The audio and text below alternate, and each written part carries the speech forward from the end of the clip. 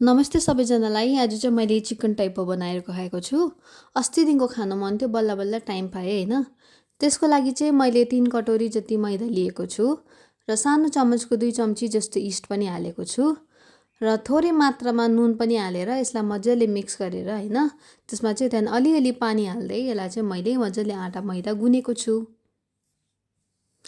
मैदा गुन्दा चाहिँ तपाईँहरूले पहिला एकैचोटि पुरा पानी नहाल्नुहोस् होला, नभए गिलो हुने चान्सेस हुन्छ होइन। त्यही कारण चाहिँ थोरै थोरै गर्दै पानी हाल्दै गुन्दै जानुपर्ने हुन्छ। त्यसरी चाहिँ एउटा पर्फेक्ट डो तयार हुन्छ होइन। मैले पनि यसरी नै गुन्दै गएको छु।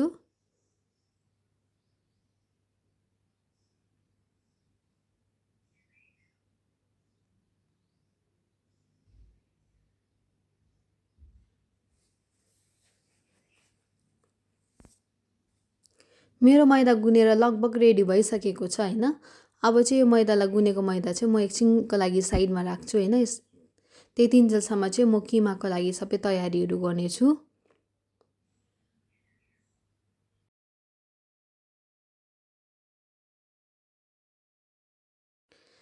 किमाको लागि चाहिँ मैले अलरेडी बजारबाट मासुको किमा लिइसकेको थिएँ र त्यसमा चाहिँ मैले बन्दकोपी, गाजर र प्याजलाई मजाले सानो काटेर ह्यान्ड ग्राइन्डरमा ग्राइन्ड गरेर चाहिँ यसमा हालेको छु र यसमा मैले सानो मात्रामा अदुवा पनि हालेको छु र हुचिङ पनि मैले आधा चम्ची जस्तो हालेको छु र यसलाई मजाले सबैलाई मिक्स गरेर चाहिँ फेरि यसको लागि यसमा मैले स्वाद अनुसार चाहिँ नुन हाल्नुपर्ने हुन्छ।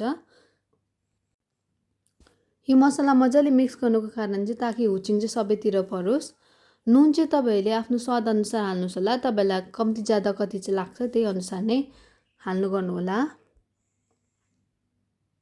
फेरि यसलाई मजाले मिक्स गरेर चाहिँ मैले अब चाहिँ एउटा ग्यासमा चाहिँ मैले ठुलो कराई बसाएको छु र त्यसमा चाहिँ मैले रिफाइन तेलको युज गरेको छु।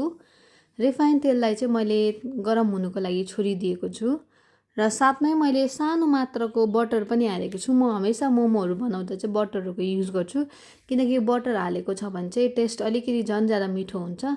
यो मजाले यो तातो तेलमा चाहिँ मजाले यो बटर चाहिँ मेल्ट हुन्छ होइन। अन्त तेल पनि सँगसँगै गरम हुन्छ र त्यसमाथि चाहिँ मैले जब यो मजाले आरामले तत्तिसक्छ तब चाहिँ मैले यसमा चाहिँ अघि मैले रेडी बनाएर राखेको सबै किमाहरू यसमा हालिदिएको छु र 3 देखिको 4 मिनटसम्म चाहिँ मैले यसलाई मजाले फ्राई गर्नेछु। तपाईँले त्यतिकै फ्राई नगरी बनाउँदा पनि हुन्छ, तर मैले चाहिँ मासुहरूको छ भने चाहिँ म अलिकति एकछिन 4-5 मिनटको लागि चाहिँ हमेसा फ्राई गर्छु।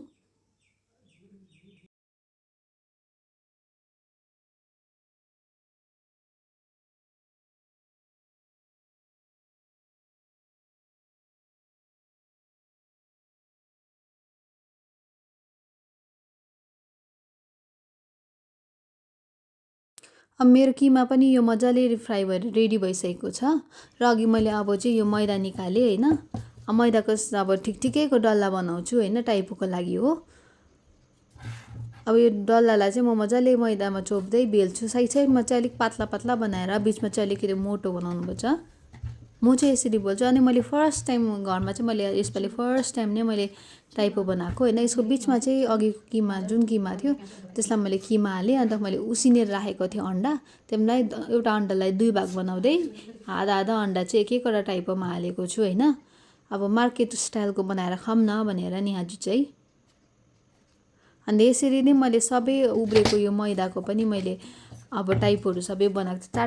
4-5 जस्तो बनिएको थियो होला।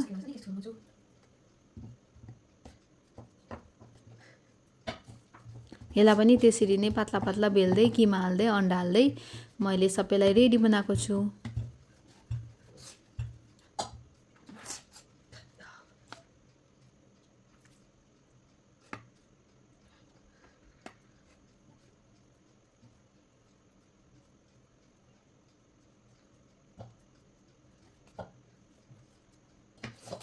अब मेरो सबै टाइपो बनाइसकेँ र मैले ग्यासमा चाहिँ अलरेडी सुप बसाइसकेको थिएँ। अब पानी पनि उम्लेर रेडी भयो र मैले यो टाइपो पनि पाक्नुको लागि बसाइसकेको छु।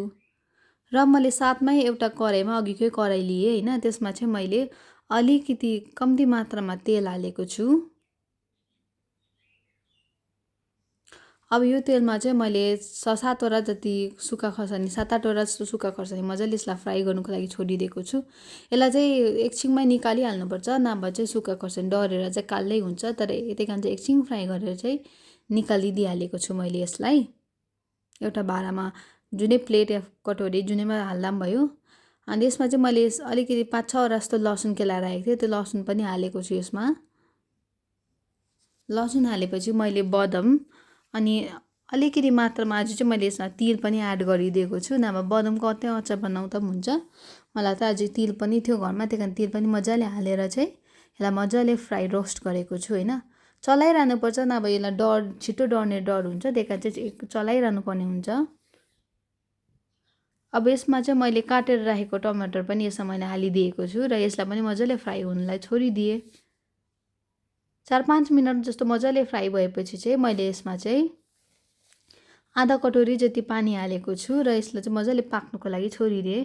र मैले यसमा स्वादअनुसार कम्ती मात्रामा पनि नुन हालेको छु होइन। अब नुन चाहिँ म पहिल्यै ज्यादा हालिहाल्दिनँ अचारमा।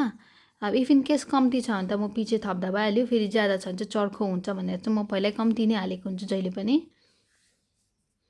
अब यसलाई एकछिन फ्राई गरेर चाहिँ मैले यसमा चाहिँ अलिकति आधा कटोरा जस्तो चाहिँ मैले यसमा पानी हालिदिएको छु होइन। यो सानो कटोराको 1 कटोरा जस्तो पानी हालेर अब यसलाई चाहिँ मजाले पाक्नुको लागि छोडिदिन्छु। अब अचार पिस्नुको लागि म रेडी भएँ, मेरो सबै पाकेर रेडी थियो। सबै मिक्सर ग्राइन्डरमा ट्रान्सफर गरेर चाहिँ मैले अचार पनि पिसेर रेडी भयो।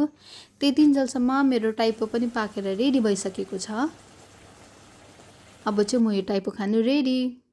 Thank you so much for watching my video.